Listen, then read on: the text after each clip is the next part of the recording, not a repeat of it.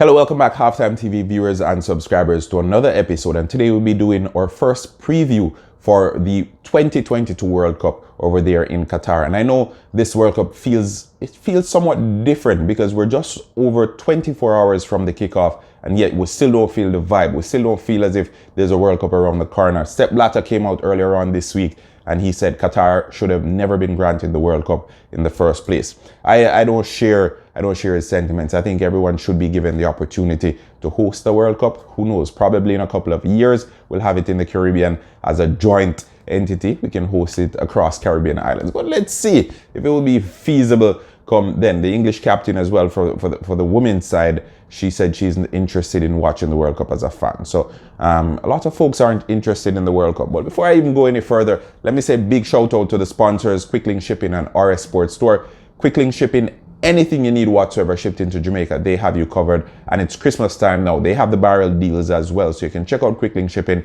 I'll provide a link to Quicklink Shipping in the description below. RS Sports Store as well for all your latest sporting clothing and apparel. Check out RS Sports Store. Whatever team you support, Germany, Brazil, Argentina, France, Spain, RS Sports Store has a kit for you. So check out RS Sports Store. I'll provide their link in the description below as well. Now, the kickoff game, Qatar versus Ecuador.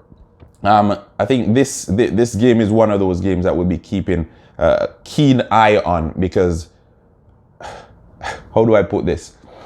All but one of the last, 20 of the 21 hosts of the World Cup have progressed through. The last team and the only team to not progress out of the group was South Africa in 2010. And I think Qatar, they wouldn't want to be on that side of history. So they'll be coming out all guns blazing. But they'll be up against an Ecuadorian team that is very stingy. They don't give up goals. They're so resolute in their defending that they know what they want. And when they decide to dig deep, they're digging deep. They have some English league quality in there as well, the likes of Caicedo, Estupiñán, Sarmientes.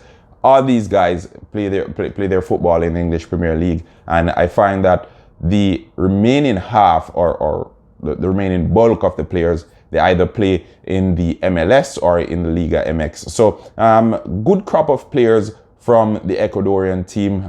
Ena Valencia, former English League talent as well, came to the English League, set it on fire for a couple of seasons, and then he left. He will be a part of the batch as well. Qatar, on the other hand, they're on a good run of form, and their last few opponents have been opponents from CONCACAF because they took part in the Gold Cup a couple of months ago. Kind of like practice, they said, for the World Cup. But I want to hear what you, the viewers and subscribers, have to say. Who do you think wins this one against Qatar and Ecuador? I know a lot of folks that they don't know much about Qatar. They're saying, but does Qatar even play football? Yes, I tell you something, they are even the Asian Cup holders. So they know how to play, and it's all wins in their column for the past couple of games as well. So looking on the Ecuadorian team, the last team to score a goal on Ecuador was Argentina. And get this,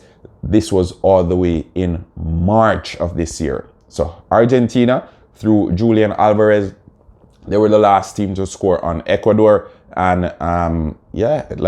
they just don't give up goals. They've won a number of 1-0 games. They've also had a number of 0-0 draws. So again, we mentioned they will be difficult to get past. They're defensively disciplined, and if the Qatar team, they opt to get something from this, they're gonna have to go all out because this is no walkover for Qatar. Ecuador, they mean business and they know how to defend. All right, now looking at the Qatar team, I think most of the names in there we won't be familiar with them because they play their football over there in Asia. But regardless, they're at home. They will have the 12th man, as we love to say in football. And the 12th man, it works miracles. We've seen it with Iceland. We've seen it with Liverpool sometimes as well. That extra push from the crowd, that extra push from the stands, it can make you do wonders. Some things that you aren't even aware that you could do. So last, sixth this is a run of forms for both teams for the last 6 games. So Qatar has won 4, lost 1, and drawn 1. Ecuador has won 2 and drawn 4. So as I said, Ecuador, they prefer to draw, and in a group that will have the likes of African champions, Senegal, as well as the Netherlands, we expect this one to be very difficult because, again, it will be up for grabs, I think. I think if anyone wants to come out of this group, Senegal and Netherlands, you need to go all out from the onset, and this is knockout football. This is one and go. So Ecuador will be trying to win this game against Qatar. Qatar will be wanting to win this game as well, and it's the same thing in the other game with the Netherlands and Senegal. They will want to be winning their games. They want to come out victorious in your first game because that gives you an additional bit of motivation going into the next game. If you know that you have 3 points under your belt, then you know that, hey, 6 points will be enough to get me through the group. So interesting enough, I think Ecuador will come away with the victory in this one. I think it will be a 1-0 victory for Ecuador.